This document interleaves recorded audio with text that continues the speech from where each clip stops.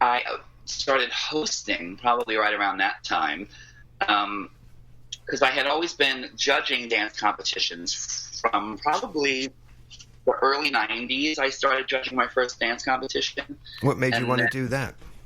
Well, that was really just because I did not grow up in the competition world, so I didn't even know what it was. And I was like, someone's offered me a gig, and I was like, okay, I can judge dance. And I went, and this was way early in the competition years. Like, there was only a few of them around. It's like Showstopper and maybe Star Power. There was a few of them.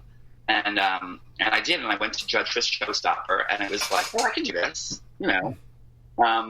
And then I started judging, and I went and judged probably on and off in between gigs whenever I needed a gig, whenever I would, for probably 10 years. And then I found this company, Spirit of Dance Awards. A friend of mine said, can you host? And I said, of course I can. Give me the microphone. And they threw me on stage, and I'd never hosted one before. And by the end of the gig, it was like a 3-day gig. And by the end of it, they offered me the exclusive contract to be their host, and I've been with them 10 years. So I do that a lot now. Nice. I host, but now because of where we are in the world. Is it an annual thing, the Spirit of Dance Awards? It's a seasonal thing, so it's every year from February through about the end of July. Mm-hmm. Competition season. Some competitions start earlier, but most it's February through the summer.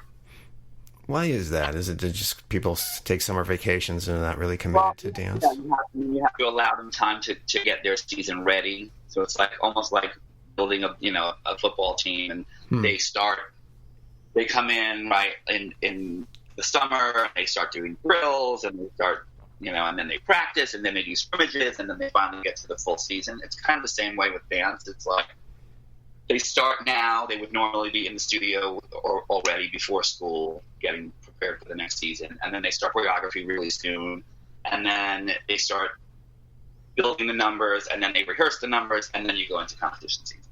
Okay. Wow. So it's a full, there's a schedule there. When you're a competition dancer, there's a schedule there. When you're just dancing for the love of dance, there's none of that exists, Right, of course. But when you're a competition dancer, it's a different ball game. So you never competed yourself? I never competed as a dancer, no. I didn't even know it existed. Right. Didn't even know. And now there's hundreds of competitions. And some are on TV. I never even... Yep, and some are on TV. I've been on Dance Moms. I did that one. What about So You Think You Can Dance? Were you anywhere near those shows? I was not on So You Think You Can Dance. I think I was a little... When that first came out, I had probably just missed the mark, because they used to have an age limit, and I was about 30, maybe right after that when it first happened. And I think they were up to 27, I think was their age limit. Now I believe it's open to any age. Oh, well. If I'm not wrong. Or that might be World of Dance. I forget. World of Dance. Yeah. Did you know any of the people that auditioned and made it to the show, or some of the judges? Sure, yeah. But now most of them are my students. I have students that have been on So You Think You Can Dance. I have kids that take my class through the competition world who are now, all over that show and more. World of Dance as well. And so that's kind of fun to look up and go, oh my gosh, that kid's in my class every, month. Speaking of which, and so what made you decide to get into teaching? Teaching for me was kind of a no-brainer. I love dance and movement of any type, and it's always been something that has come so natural to me that... Yes, of course, learning my ballet technique and learning my gymnastics technique, my acro technique, is why I can still do what I do. But it's always been so natural in my body that it was like, well, the connection for me is so easy that I can figure out which part of my body to move the right way when I need it to. I'm sure I can teach that and pass that along. So I just thought, well, this is a no-brainer. When someone said, can you teach a class? I was like, absolutely, let me, And back then when I first started teaching, it was the kind of, we were allowed to get, physical, and I would say, no, not there, here. You could poke each other. My dance teachers used to hit me, but there's none of that anymore. Hands off because of what we're going through. But I can still say, picture this in your head, and I'm really good at giving a visualization, and making that relate to your body. So the progression to become a teacher was kind of easy, and now I love it because now I see it when the connection is made, or when the new trick is learned, or when the new when you leap into higher for some reason, and it's because you were working hard in class. Mm-hmm. Yeah, the payoff is just the same as a performer, as a stellar performance. It's still, you get that same feeling. Do you have your own studio? Which is important. I don't. Which is another reason I thank God, because I get to travel and go and work with all different kids all over the place, instead of just one little, which is great. And I think that's wonderful. And I have friends who own studios who are so successful, and it's wonderful. But I just think my way of my brain doesn't work that way. I think I need to run and go and do. And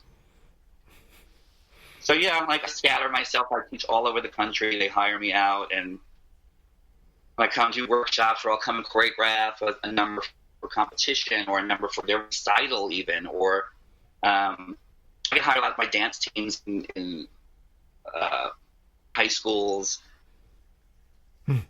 Whatever to keep kids moving, it's good for me.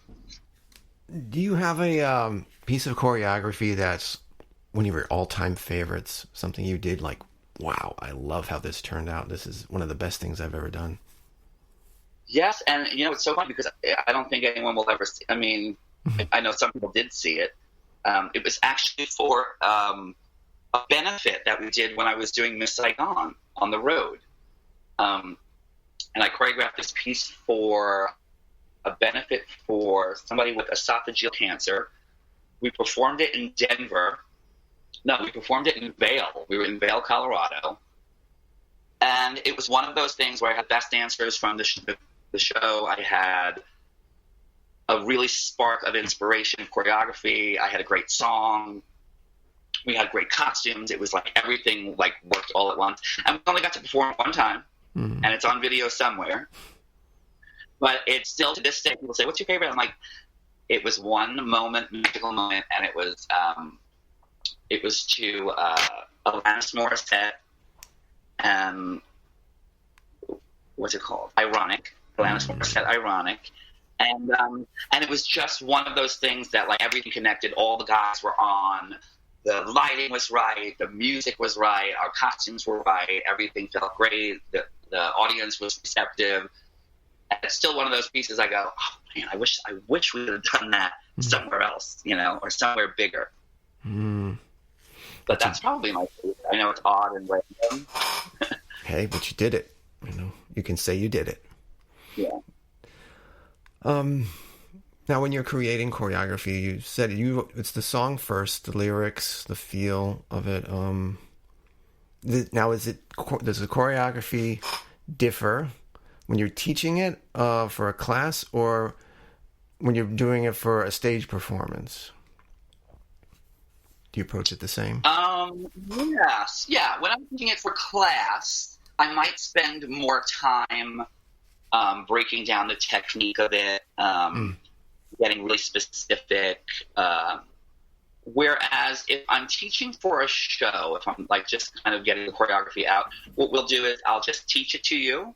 We'll go through it, get it into your body, and we'll worry about teaching the whole thing. Let's get through it, and then we'll go back and we'll start cleaning, and we have time to. Whereas in class, you might only have that hour, right? So I'll stop 8 counts and say, let's talk about that 8 counts and do that again and clean that up now, and then move on. Whereas if you're booked, and you have a month of rehearsal, getting ready for a tour or something, I usually like to skid it all out and then we can come back with my notes and say, all right, let's clean this up today, you know? So I do think that there's a little bit of difference there teaching for a student as opposed to a professional.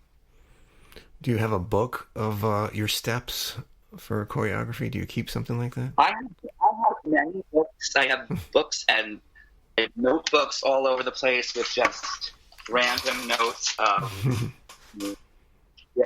class, there's one intermediate company, senior company, dance. This is one bit of guest teaching choreography. This is senior solo, virtual. Yeah, I have notes all over the place.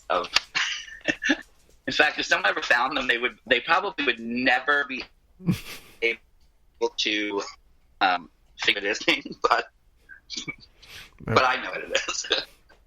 Every day I ask, my wife teaches. She teaches jazz aerobics. So she's an aerobics instructor, but she fuses it with jazz and songs you know. And she has books full of steps. You know, she has the song title, and then she says 2-step here, jazz square, and she knows what it is. But I was wondering. I know how my brain works, so I know that what that means. When someone else was looking at it, they would say, "What? What is that?" Yeah. Sometimes she has to. She hears a song on the radio, and she has to pull over because she's getting steps in her head. And oh, well, I guess I understand her plight. Do you have a favorite style of dance? Jazz is my thing, and I love like old school jazz. I love dancing to stuff like Frank Sinatra and like the Rat Pack style. I love wearing a hat, and I'm that guy that loves silhouette and different fun shapes with your body, and I'm more about telling a story through movement as opposed to maybe just movement for movement's sake now. Whereas opposed, when I was younger, I think I just wanted to dance and I would woohoo, and we just dance and that's that. And then you become, what we say, mature. We don't want to say old. And you realize that, sometimes it's really just about telling the story that, and it's really about creating great pictures for people to look at. And so those are the songs that I now gravitate towards. Like I said, like the Rat Pack type stuff I love. So I was doing something yesterday, the Summer Wind, Frank Sinatra, just because it was so hot and it was on, and I just started dancing to it. Like that kind of, that's where I gravitate towards, that style of movement now. You have a little studio where I'm very athletic. Where I am right now, it's funny, you can't really tell. But it's a tiny studio apartment, but my floor is basically like a dance floor. It's wood, And I just move I have a chair right there. I move that back, and I actually have enough space right here that I create. Nice. Yeah, not so bad. In your bio, you mentioned you work with many people. There's one person that stands out who I admire his work, Michael Peters. He choreographed Thriller. Michael. Yeah. All right. So, did you work with him? One of those people that I used to go to his auditions, and he would say, "Come to the front, get to the front," and he would come dance with me, and he would always make it a point to point me out or say the right thing to me, or you do it now. You come to the front and do it, but it was like I never was right for the job. And he kept saying to me, he would say, "Don't you worry, you're going to get it. Don't you worry." And then finally I was on a gig in South Carolina. I was judging for Showstopper, and he was there as the guest judge, and he was giving master classes. And he said, "Would you come and assist me?" And I almost died. Wow. I thought, because I had been auditioning for him and he kept saying to me, because we start to develop a rapport. He kept saying, "You hang in there, don't you worry. Don't you worry." And I would say, "Okay." So when I finally got to then assist him in class, it was like, yes, this is going to happen. And it was probably a year later that we lost him. Oh, man. So I never really got to I know. I never got to be in the video. I never got